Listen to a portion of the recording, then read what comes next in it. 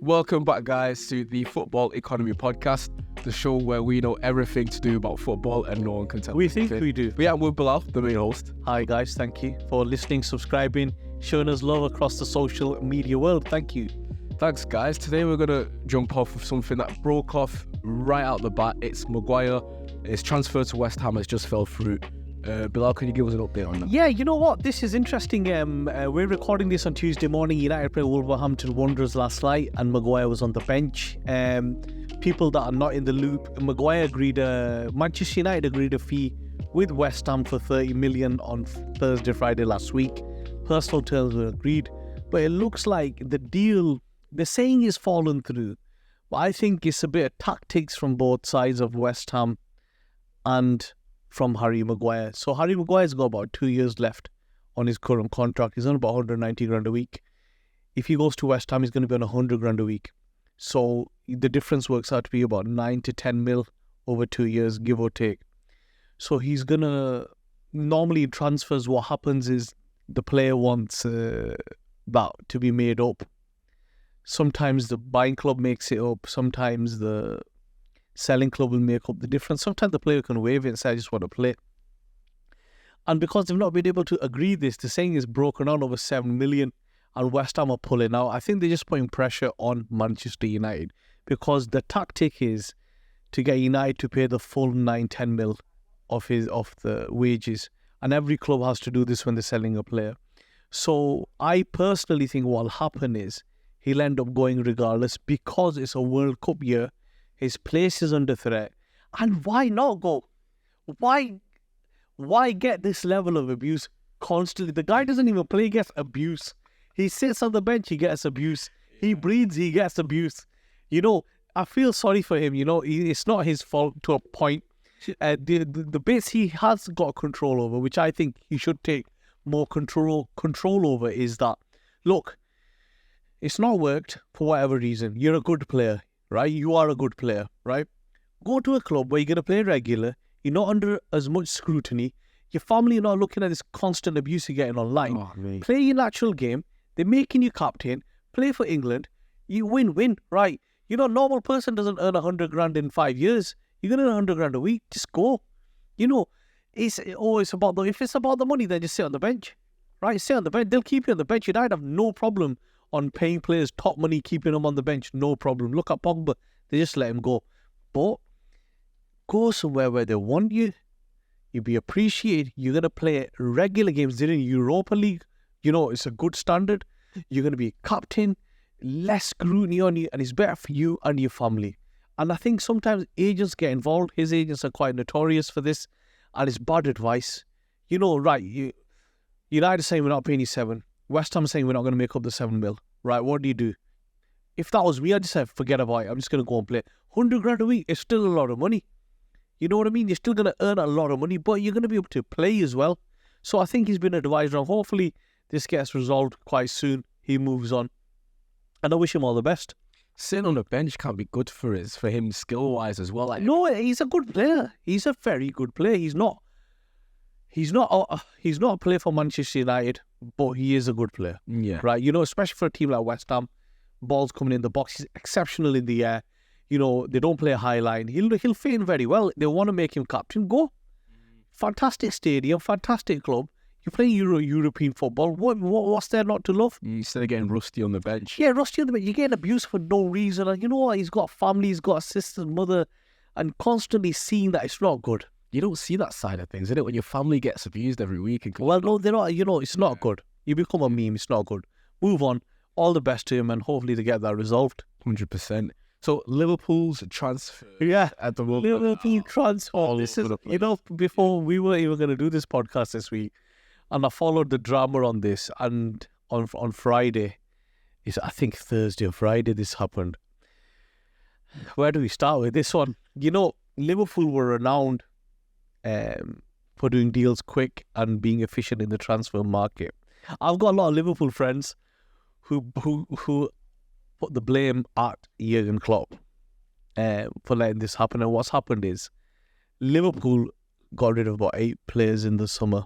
A lot of them were midfielders, and they needed to replace them. So they started the market well. They bought McAllister from Brighton. They bought the guy from Red Bull, whose name I cannot say. And what's happened is they needed a defensive midfielder. I think they need another 2, really, but okay, they need 1 more. And they were after Lavia. Southampton wanted 50. It went back and forth, back and forth, back and forth. Somehow Liverpool of them thought, you know what, we want Caicedo. But everyone, I know, we know this. Caicedo has been on the market all summer. The reason no one's touched him is everyone knows he wants to go to Chelsea, right? And then what's happening? Liverpool are coming, right, we're going to give 110 mil.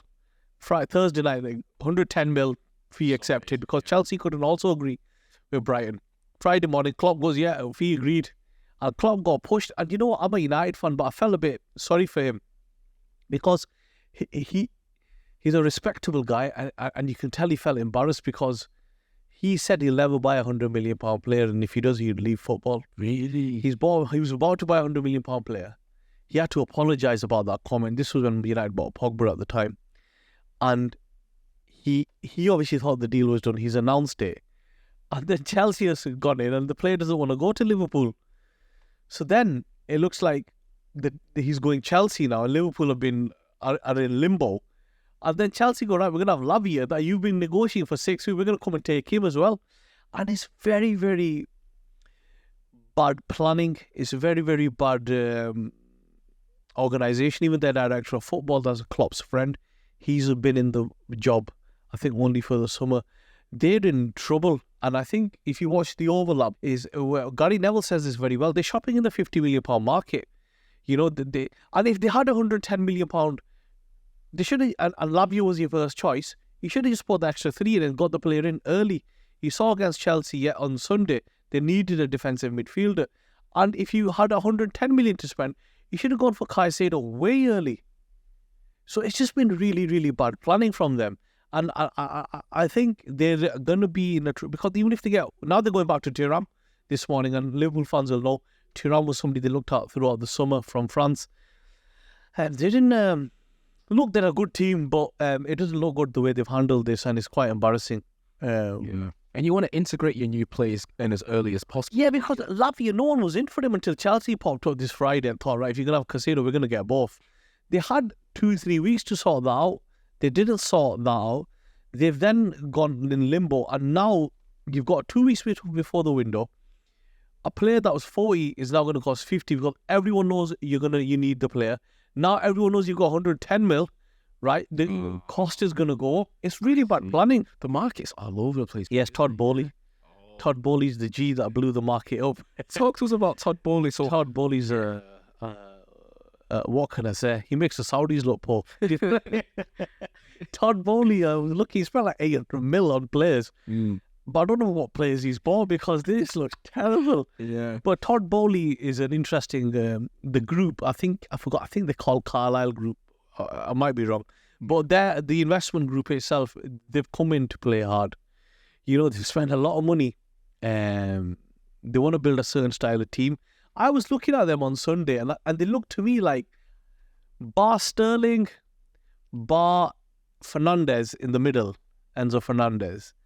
I thought they looked like a team that just got promoted and were just running on pure energy and vibes. They weren't like... they've gone from... Chelsea were renowned for being a defensive, very good, even up until Tuchel, defensive structure, gritty, and they've gone into this new direction and no one knows what to expect. And that's because of Todd Boehly. He's come in, 100 million. He's the one that made the £100 million defensive midfielder, because he went and paid 100 mil for Enzo Fernandez, who 6 months earlier cost 10 mil. So then he went for 100 mil. Then West Ham go, if he's 100, Declan Rice is 100. And then Brian said, fuck this Caicedo's better than all of them. He's 110 mil. So Todd Boehly just blew the market up. He's obviously spending, but God knows, because some of them players he's bought, I was looking at thinking, I don't think that good. So is some of the player price inflation due to just stupidity and mismanagement? Yes, stupidity, right? Because one person set up the benchmark for a player who's not... You keep in mind, you're not buying prime Casemiro for 100 mil. Yeah. You're buying a player from Portugal for 100 mil. So you're buying potential. So others are saying, well, this guy's got potential. He's got better stats than him. Caicedo's played the Premier League. He can play right back. So they said he's worth a Declan Rice, who in my opinion is a £50 million player. But look, he's been bought for 105. West Ham, he's 105. So then what's happening is West Ham are now trying to buy a player, Scott McTominay or Conor Gallagher. Them clubs saying he's worth 50 mil. As the window comes to a close or is getting close to the deadline, the prices are going to go high. And to another player who ruined the market in his time and is also classed as world class by some is Neymar, and he's gone to Saudi. We've done a lot of videos on that. I love Neymar. You know, Cole thinks he's a world class player. I think he has ability, but he's not a world class player. I think it's a sad end to his career because if you want to be world class, you don't go Saudi. It's just fact. You know, he's gone there for the money. PSG couldn't be bothered with him. His attitude stinks.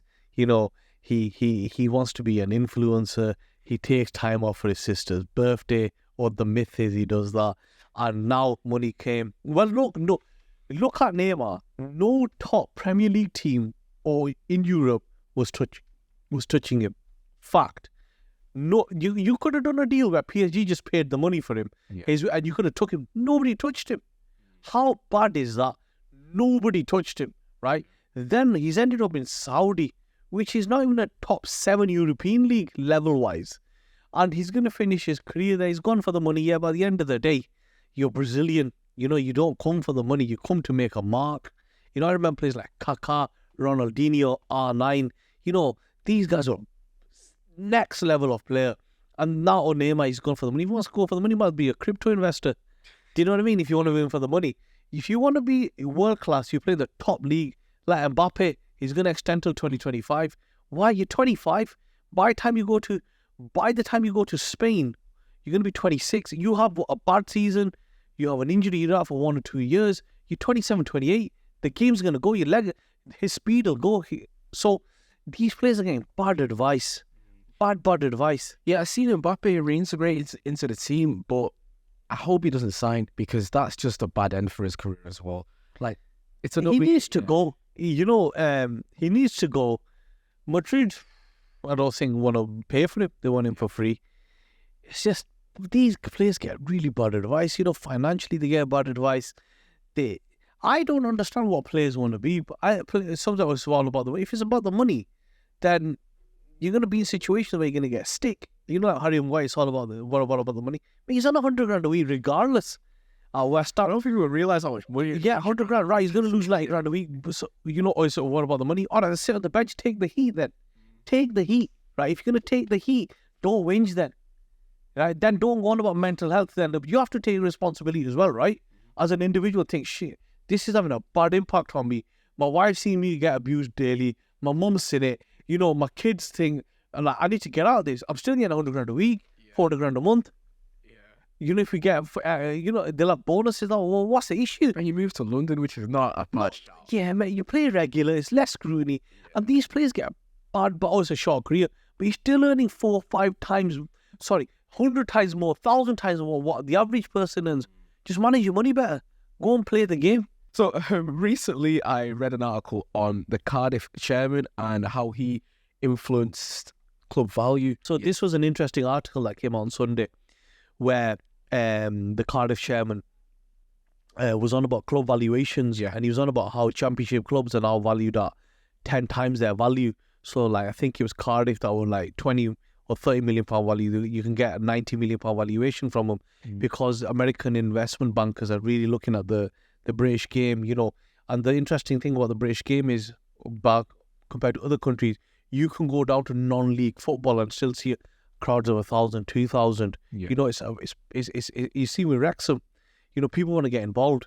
And he was saying that, and his role was, he was one of the influential people that helped the Glazers purchase Manchester United back in 2004 or 5, what it was. And he was saying that the Manchester United will be sold for 7.2, 7.3 billion pound or euro or dollars, I'm not sure. And the interesting thing is, a lot of people are taking it quite seriously because he will have good connections with top brass at Manchester United, you know. And number two is for a person like that to come out and say something that is interesting. Look, we started this podcast based on the takeover. We're still in August. I think, you know, if it gets past November, it'll be interesting that there is no takeover, but something's going to have to give, and we'll find out very soon. I seen something on Twitter that said the Qataris have bought United. Is that just false? Was I just reading Well, false? no, yeah, it's false. You can't really do that because of the way it's listed on the New York Stock Exchange. They're a Cayman Island company. There's rules and regulations. SEC in America have to know first. You have to announce this. You can't, in the Twitter world, the Qataris have bought it. They're running the transfer window. You know, they're in charge. I was seeing a thing where the kit launch, the white one, where I had Roy Keane, the red is the Qatari red. Yeah. There's hints. If you look at the Mason Mount signing, he had the Arabic, Middle Eastern kind of rug. The dropping hints, no, it doesn't work like that. This is not Walt Disney, right? The way this works is, when a deal is struck, you'll know 20 minutes before because a press statement will go out and the SEC have to be informed first. And there's a process, if the Qataris buy, who want to make it private, to take the public and the shares off the market. And they'll have to follow that. It'll come from the stock exchange first. It won't be Roy Keane announcing in a video with a Qatari red. You know, some people I see and I hear of guys tracking Sheikh Jassim's father. Yeah. His father's jet that he's in America. No he's here. way. He's in here. He's here. There's Heathrow. He's here. There's a 3-mile gap between the airport and Rain Group's office is going down. You know, it's really crazy. I've studied it a lot, how funds are changing and how they are monitoring and how it's gone from pub talk to Twitter Spaces, Discord, and how they try piecing it together and X, Y, Z, and the fantasy of the transfer window and the takeover window is a world in itself. You know, I was looking at Fabrizio Romano. I'm going to digest like, yes, boy, somebody like that who tweets regularly earns 83 grand a month on Twitter alone. You're joking. Yeah. So it's 80 grand a week. Yeah, minimum. No, A month. a month. Yeah. Still. And that's the world we're living in. It's changing. So with the takeover, you just see so many different aspects, and this is happening on retract his this, and oh my God, have you seen Roy Keane? He posed in a way that the Qataris pose, and why is Keane doing a promo again after 20 years? The Qatari said we want players in what this is happening, and you think, mate, only if. I love the Twitter conspiracy theory. Yeah. That is. You know, you see loads. How would you round up this whole past couple of weeks in football? I think it's been crazy, you know. Big up Todd Boehly for blowing the market up. But yeah, it's been crazy. I think the next 2 weeks are going to be crazy because the transfer window coming to a close. And I think a lot of fans overreact. I think the best thing to do is judge the window when it closes, and you'll know who your club has. This time last year, United got pumped by Brighton. They're about to get pumped by Brentford. And look how their season changed. Well, that's all we have for this Yes, week. it's been a pleasure, guys. Make sure you follow us, subscribe, and thank you so much.